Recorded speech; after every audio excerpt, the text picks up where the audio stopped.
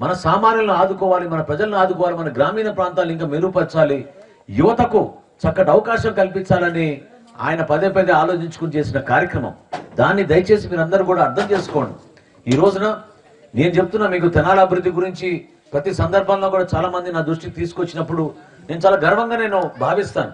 ఎందుకంటే ఒక అవకాశం కల్పించినప్పుడు ఆ పదవిని అలంకరణ కోసమో స్వార్థం కోసం వాడుకునే వ్యక్తిని కాదు నేను. ఆ పదవిని మన ప్రజల కోసం వాడాను. ఈ ప్రాంతాన్ని అభివృద్ధి చేయాలని నేను కష్టపడ్డాను. ఏ గ్రామంలో చూసినా రోడ్లు వేసాం, ఏ గ్రామంలో చూసినా మంచినీటి సౌకర్యం తీసుకొచ్చాం. ఆ రోజు రక్షిత మంచినీటి పథకం తీసుకొస్తే మా గ్రామాలకు ఎందుకు అవసరం అని అనుకున్నారు, కానీ తెలియదు. వాస్తవంగా మనకి ఆరోగ్య సమస్యలు వస్తున్నాయి, ఇక్కడ ఉన్న భూగర్భ జలాలు బాగా కలుషితం అయిపోయినాయి, అనేక సమస్యలు ఉన్నాయి ఇక్కడ అనేది చాలా మందికి తెలియక మన ఇంట్లో వేసుకున్న 30 అడుగుల పంపులతోటే మనం నీళ్లు తాగుతూ ఉంటే మన ఆరోగ్యాలు చెడిపోతూ ఉన్నాయి. ఖచ్చితంగా రాబోయే ప్రభుత్వంలో ఉమ్మడి మేనిఫెస్టో ఏదైతే మేము ప్రణాళిక సిద్ధం చేశామో అందులో భాగంగా జనసేన పార్టీ, తెలుగుదేశం పార్టీ మీకు మాట ఇస్తోంది. ఇంటింటికి కొలాయి నీళ్లు అందించేటట్టు ఒక నిర్ణయం తీసుకుని దానిపైన డబ్బులు వెచ్చించి తీసుకురాబోతున్నాం మీ అందరికీ కూడా. అదేవిధంగా అన్నదాత అనే కార్యక్రమం తెలుగుదేశం పార్టీ నుంచి సూపర్ 6 అనే పథకంలో వాళ్ళు తీసుకొచ్చినప్పుడు చంద్రబాబు నాయుడు గారు రైతులకు 20,000 రూపాయలు రైతు భరోసా కింద ఇస్తామని చెప్తే పవన్ కళ్యాణ్ గారు మాట్లాడి కాదు, రైతులే కాదు కౌలు రైతులు కూడా మనం ఇది వర్తించినట్టు చేయాలని ఒక నిర్ణయం తీసుకుని దాన్ని ముందు తీసుకొచ్చారు. ఎందుకంటే ఈ రోజున పాపం చాలా దయనీయమైన పరిస్థితుల్లో మన రాష్ట్రంలో నివసించేది, కష్టపడి బతికేది మన కౌలు రైతులు. మీరెవరు నమ్మరు చెప్తే విషయాలు. జగన్మోహన్ రెడ్డి గారు ముఖ్యమంత్రి అయిన తర్వాత ఈ 5 సంవత్సరాలు మన రాష్ట్రంలో 3,000 మంది కౌలు రైతులు ఆత్మహత్య చేసుకున్నారు. 3,000 మంది. మన జిల్లాలో కూడా తెనాలి నియోజకవర్గాల్లో కూడా 6 పాపం ఆత్మహత్య చేసుకున్నారు.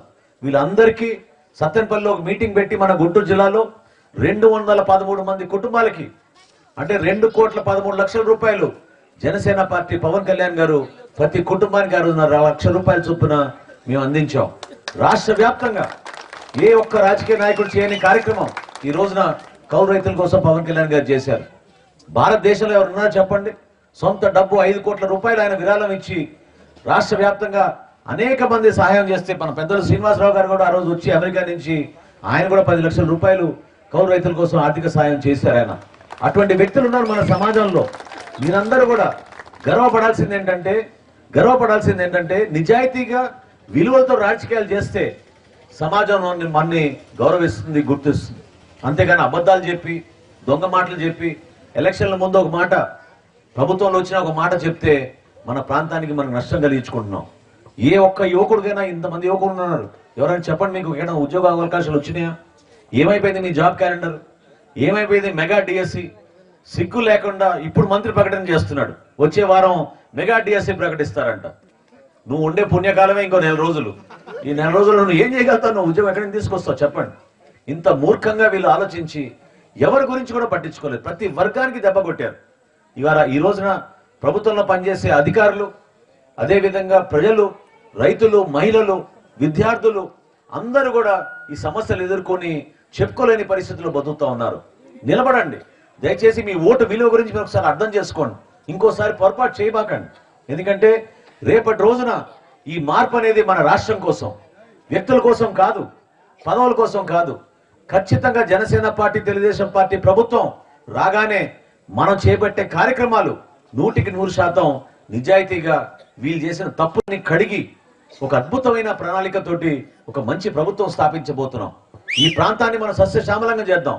మరొకసారి రైతుకి అండగా నిలబడేటట్టు భరోసా చేద్దాం. అంతేగాని రైతన్నే రాజ్యం, రైతే రాజ్యం అని చెప్పుకుంటూ వచ్చి ఇప్పటి వరకు ఒక్క ప్రాజెక్టు కూడా చేయలేదు. పోలవరం దుర్మార్గంగా పూర్తిగా ప్రాజెక్ట్ ని